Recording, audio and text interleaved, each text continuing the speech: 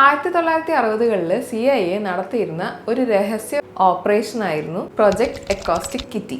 മറ്റുള്ളവരുടെ സംസാരം ഒരു ഒളിപ്പിച്ച് വെച്ച മൈക്രോഫോണിലൂടെ നമ്മൾ മറ്റൊരു സ്ഥലത്ത് ഇരുന്ന് കേൾക്കുന്നതിനെയാണ് ബഗ്ഗിംഗ് എന്ന് പറയുക. ഒരു ഓഫീസിൽ അല്ലെങ്കിൽ ഒരു റൂമിൽ ബഗ് ചെയ്യാൻ എളുപ്പമാണ്. ഫേർണിച്ചറുകളിലോ അല്ലെങ്കിൽ ഡെക്കോർ ഐറ്റംസിലോ ഈ ബഗ് ഒളിപ്പിക്കാൻ അല്ലെങ്കിൽ ഈ കുഞ്ഞു മൈക്രോഫോൺ ഒളിപ്പിക്കാൻ എളുപ്പമാണ്. പക്ഷെ ഒരു പാർക്ക് പോലെയുള്ള തുറന്ന സ്ഥലങ്ങളിൽ ബഗ് ചെയ്യുക എന്ന് പറഞ്ഞത് അത്ര എളുപ്പമുള്ള കാര്യമല്ല.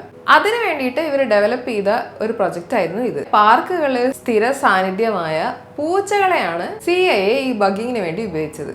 ഇതിനു വേണ്ടി സർജിക്കലി ഒരു പൂച്ചയുടെ ചെവിക്കകത്ത് മൈക്രോഫോൺ ഫിറ്റ് ചെയ്ത് തലച്ചോറിന് താഴെയായി അതിന്റെ റേഡിയോ ട്രാൻസ്മിറ്റർ ഫിറ്റ് ചെയ്ത് വാഷിംഗ്ടണിലുള്ള സോവിയറ്റ് എംബസിയിലേക്ക് പറഞ്ഞയച്ചു. പക്ഷെ പൂച്ച സാറിന് നമുക്കറിയാം, അവരുടെ ഇൻസ്റ്റിങ്സിനെ കൺട്രോൾ ചെയ്യാൻ ഒരിക്കലും മനുഷ്യരെ കൊണ്ട് പറ്റില്ല. അതുപോലെ തന്നെ ഈ റഷ്യൻ എംബസിയിലേക്ക് അയച്ച ഈ പൂച്ച ഇവർ ഉദ്ദേശിച്ച സ്ഥലങ്ങളിലേക്കൊന്നല്ല പോയത്. വഴി മാറിപ്പോയ ഈ പൂച്ചയെ ടാക്സി ഇടിച്ച് അത് മരിച്ചു പോവുകയും ചെയ്തു. ഏകദേശം $20 മില്യൺ ഈ ഒരു പ്രോജക്റ്റിന് വേണ്ടിയിട്ട് CIA ചെലവഴിച്ചത്.